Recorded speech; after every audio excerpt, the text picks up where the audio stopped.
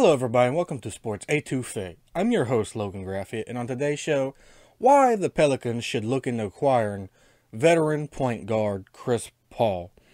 And I know when I say that name, everyone is going to first think of Logan.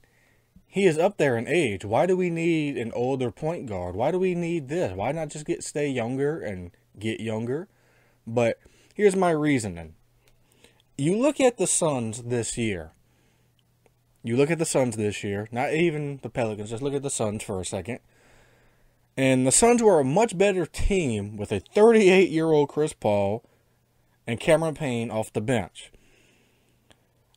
You look at the Pelicans, they suffer without a floor general to get their scorers quality looks. Zion's a great facilitator of the basketball. Brandon Ingram was a decent facilitator of the basketball. CJ McCollum is an okay facilitator of the basketball.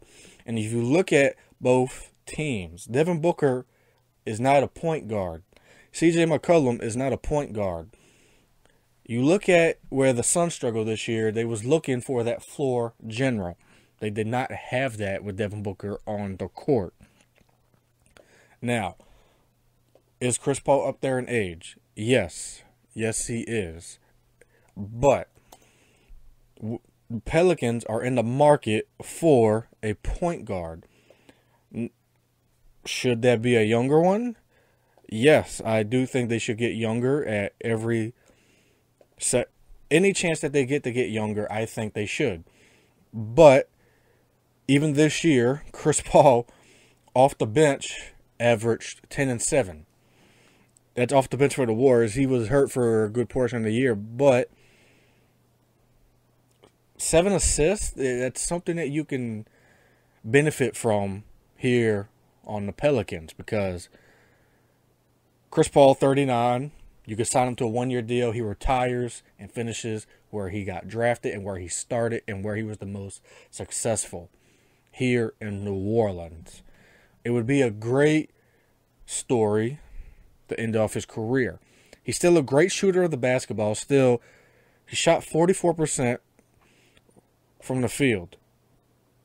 Shot 44% from the field. And the one thing I can say is I love CJ McCollum, but he's not a point guard.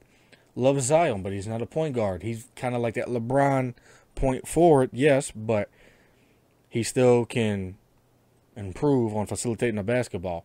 And with Chris Paul coming off the bench, you have that other grown-up in the locker room that you want outside of CJ McCollum. And even coming off the bench this year, Chris Paul shot 37% from 3. That's another three-point threat for the Pelicans, because you want to get your shooters open. You have a facilitator of the basketball, Chris Paul, who they call the point guard for a reason. And he's still shooting 37% from 3 at 39 years old. He's 39 years old now. But am I saying I would kick and scream to sign Chris Paul? No. Would I be absolutely ecstatic if we signed Chris Paul back or acquired him some type of way for maybe like a future second-round pick or whatever? I would be okay with that, because the one thing the Pelicans lack is a point guard. When Jose Alvarado was on the court, it seemed like the offense moved a little bit better because Jose Alvarado is a point guard.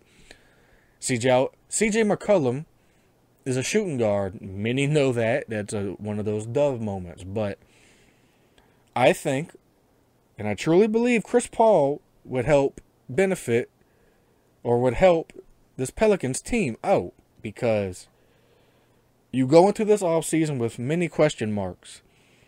Am I saying Chris Paul should start for the Pelicans if they should acquire him? No. But if he did, would I be upset? No. You need a point guard in today's NBA. And you look at what I said about the Suns. The Suns were a better team with Chris Paul at 38 years old or 37 years old. You need you need good ball movement, and the one thing that Chris Paul gives you is great ball movement. He facilitates well. And I know I'm starting to repeat myself, but the facts are just the facts. He's one of the best point guards of all time. And if you can get him here for one more season to help that group in the locker room, be that other presence. Now, it might say, the one thing that intrigues me is that he did play for Willie Green. He played with Willie Green when he was here in New Orleans. And there's that connection there. He was there in Phoenix with Willie Green when Willie Green was an assistant head coach under Monty. It's not life or death if they don't acquire Chris Paul, but I would be happy if they did. It's not, like I said, it's not life or death, but I think the Pelicans could benefit from having someone like Chris Paul on the court with them.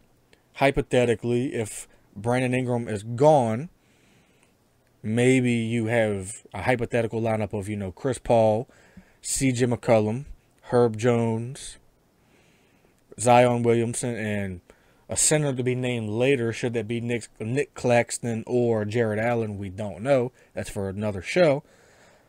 Or maybe you have Chris Paul come off the bench with Jordan Hawkins and Jose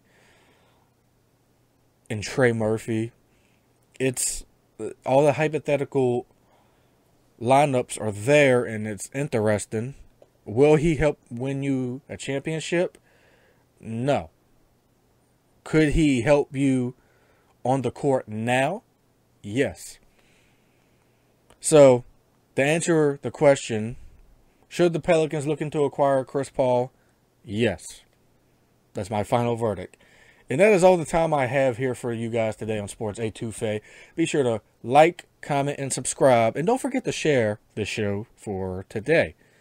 Be sure to follow the Twitter page at Sports Étouffée. You can find me personally on Twitter and Facebook. Search my name on Facebook and search at the Soulman57 on Twitter. I am not hard to find. Well, you guys, with that being said, I am Logan Graffia. This has been a great show, and this has also been Sports Étouffée. I shall see you guys next time.